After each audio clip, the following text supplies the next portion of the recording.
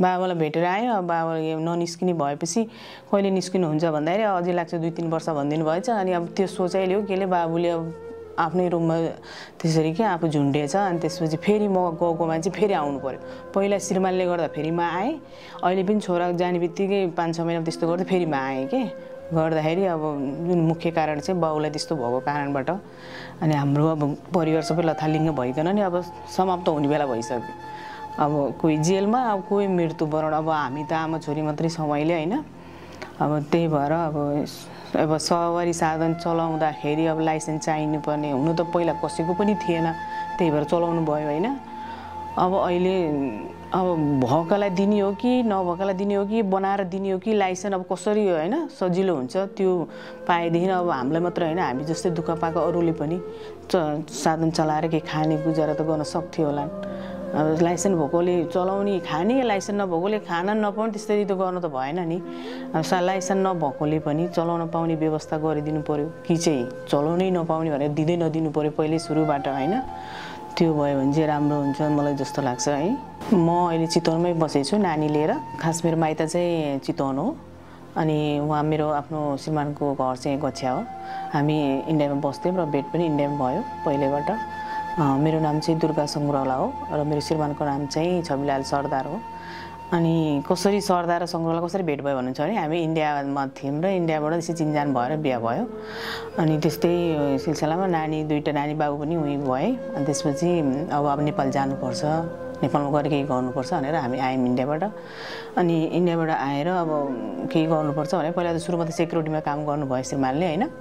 अनि त्यसपछि अब भएन अब सिटी सवारी पनि धेरै चलेको छन् होइन। म पनि चलाउँछु नि त भनेर हुन त ड्राइभर काम त गर्नुहुन्थ्यो पहिला नि गर्न त अलिअलि जान्नुभएको थियो। त्यही पनि यहाँ पनि सिटी सवारीमा चलाउँछु भनेर सुरु गर्नुभयो र चलाउनु भयो। अब चलाउनु 2-4 वर्षै चलाउनु भयो। त्यस कारण चलाउँदै अब यति कमाइले पुगेन। हामी दुईवटा छोराछोरी पढाउनु पर्ने भनेर अनि सल्लाह गर्दाखेरि उहाँ अलिकति एज भएको भएर विदेश जान नमिल्ने भएर अनि जाउँ न त तिमी भनेर म गएँ विदेशतिर। म विदेशतिर गएपछि अनि उहाँको दुर्घटना भयो। यसरी सिटी सवारीमा यसरी दुर्घटना भयो होइन। अनि त्यस्तो भएपछि उहाँलाई अब लाइसेन्स नभएको कारणबाट उहाँलाई लग्यो अब जेलमा राखियो। त्यसपछि मलाई भन्ने बित्तिकै आउन मिलेन। म ओमन गएको थिएँ होइन। अनि त्यहाँबाट मलाई छुट्टी दिएन नदिएपछि म 6 महिनापछि आएँ। उहाँ 6 महिना भएको थियो होइन जेलमा पर्दा। अनि दुईवटा नानी बाबु अब कसले हेर्ने त यहाँ भन्दाखेरि फेरि चितवनबाट माइतीहरू आएर लानुभयो होइन नानी बाबुलाई।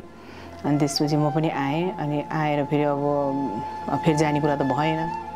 अनि अब बच्चालाई त हेर्नु पर्यो। अनि मैले फेरि इटरी नै आएर माइतबाट नानी बाबु ल्याएर इटरी पढाएँ। नानी बाबु राखेँ 1 वर्षसम्म बसेँ। त्यसपछि 1 वर्षसम्म बस्दाखेरि त जुन कमाउने मान्छे जेलमा छ। अब म आइबी मान्छे कमाउन गएको पनि फर्केर आएको छु होइन। अब नानी बाबु त पाल्नु पर्यो। अब हामीसँग धेरै सम्पत्ति त छैन। अनि त्यस कारण फेरि अब म जान्छु भनेर त्यो आएर बसेको 1 वर्षपछि फेरि म नानीलाई माइत बाबुलाई यहीँ इटरीमा छोडेर म गएँ। बाबुलाई पनि भेट्न हुन्छ कहिलेकाहीँ केही पुर्याइदिन हुन्छ भनेर यहाँ कारागारमा हुनुहुन्छ भनेर मैले यहाँ बाउ छोरालाई छोडेर गएँ। अनि म गएर अहिले यो वैशाखमा गएँ। वैशाखमा गएँ अनि वैशाखमा जाँदाखेरि यो असोजतिर चाहिँ गएकै 4-5 महिनामा चाहिँ बाबुले फेरि एक्सिडेन्ट गर्यो। आफू मतलब के भयो अब के सोच आयो। अब बाबा पनि छैन मम्मी पनि छैन बहिनी पनि भन्ने सोच आयो के आयो। अब मेरो बाबा त्यसरी पर्नु भएको छ मम्मी पनि छैन भन्ने सोचाइले हो या के ले हो होइन। बाबुलाई अब भेट्न जान्थ्यो। बाबालाई भेटेर आएको भोलिपल्टै त्यस्तो गरेको हो कि गर्न चाहिँ उसले। अनि उहाँ चाहिँ अब यहाँ जुम्का कारागार हुनुहुन्थ्यो अहिले काठमाडौँमा हुनुहुन्छ। अझै अब त्यस्तै दसैँतिर निस्किनुहुन्छ भने त 3 वर्षको ऊ चाहिँ राखिदियो होइन। 3 वर्षसम्म उहाँलाई कारागारमा राख्नुपर्ने भनेर अब त्यसरी तोकेपछि अब हामी त अब गरिब मान्छे कसरी खाने के गर्ने। जुन कमाउने मान्छे उहाँ हुनुहुन्छ। उहाँ अब सिटी सवारी चलाउनु भयो। चलाउनु त थुप्रै वर्ष चलाउनु भयो। अब उहाँले मात्र होइन सबैले लाइसेन्स बिना नै चलाउनु भएको हो। उहाँले देखेर नै अरूले देखेर नै म पनि चलाउन सक्छु भनेर चलाउनु भयो।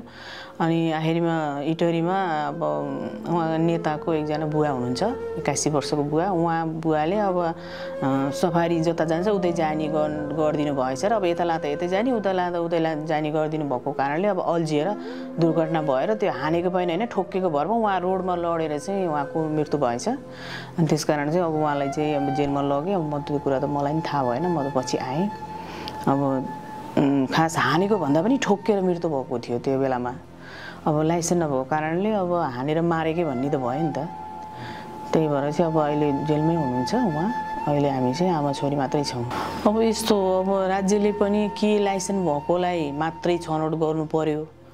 अब चलाउन सबैलाई दिने अनि अब जुन परिस्थिति आएपछि फेरि लाइसेन्स खोज्ने त्यो हुनुभन्दा अगाडि त्यसको समस्याको समाधान गरेर पो मान्छेलाई हुन्छ। पहिला अब चलाउन दिने, चलाउन दिएपछि ल तेरो लाइसेन्स छैन भनेर फेरि त्यसलाई चाहिँ कानुनको दायरामा लिएर जाने। चलाउन दिनुभन्दा अगाडि त्यो कानुनी व्यवस्था भएको भए त त्यस्तो हुन्थेन होला। अब सबैले चलाउँछन्, लेडिजले चलाउँछन्, बच्चाले चलाउँछन्। अब त्यो चलाउन चाहिँ दिने फेरि पछि चाहिँ अनि यस्तो भनेर चाहिँ कानुनमा त्यो चाहिँ राम्रो होइन। त्यो आइडिया चाहिँ त्यो चाहिँ सुरुबाट नै राम्रो कि बच्चाहरूलाई चलाउन दिनु भएन, लेडिजहरूलाई चलाउन दिनु भएन, लाइसेन्स प्राप्तलाई मात्रै चलाउन दिने नियम चाहिँ हुनुपर्छ जस्तो मलाई लाग्छ। कतिले त पहिलाका मान्छेहरूले पढेका हुँदैनन् नि त। अहिलेका पनि कतिपय दुःख पाएको मान्छेहरू बच्चाहरूले पढ्न पाएको हुँदैन नि त। तिनीहरूलाई अब लिखित भन्दा नि मौखित गरिदिँदा अझै राम्रो हुन्थ्यो क्या। त्यो चाहिँ खास किनभने कमाएर खाने भाँडो त हुन्छ नि त। ठुलो साधन किन्न नसके सानो साधन किनेर अब चलाउन सकिन्छ, भाडामै चलाउन सकिन्छ। त्यस्तो व्यवस्था भयो भने चाहिँ राम्रो हुन्छ। म पनि त्यति पढे लेखेको मान्छे त होइन। अनि म घरकै लागि गएको फ्री भिसा फ्री टिकटमा म घरकै काममा जान्थेँ, घरकै काममा गरेँ। त्यहाँ अब एकदम राम्रो थियो। 2टा बच्चा हेर्नु पर्थ्यो मैले। 2टा बच्चा हेरेर सबै घरको A to Z काम गर्नु पर्थ्यो मैले। त्यहाँ राम्रै थियो कामको लागि। कुवेतमा चाहिँ एउटा बुढी आमा हुनुहुन्थ्यो बिरामी, उहाँलाई हेर्नु पर्थ्यो। उहाँ त्यहाँ सबै काम चाहिँ गर्नु पर्थेन। बुढी आमाको स्याहार मात्रै गर्ने, नुहाइदिने, उहाँसँग बस्ने, त्यति थियो। त्यहाँ चाहिँ कुवेतमा एकदम राम्रो थियो। सबै परिवारलाई हेर्नु पर्थेन, एकजना बुढी आमालाई मात्रै हेर्नु पर्थ्यो होइन। त्यहाँ त्यो राम्रो काम हुँदा मैले गर्न पाइनँ किनभने बाबु यहाँ त्यस्तो गरिदियो। अनि बाबु मेरो अब यो 16 वर्ष नै पुगेको थिएन। जेठमा 16 वर्ष पुग्थ्यो भने उसले असोजमै उसले त्यस्तो गरिदियो कि। ऊ 7मा पढ्दा पढ्दै उसले त्यस्तो गरिदियो।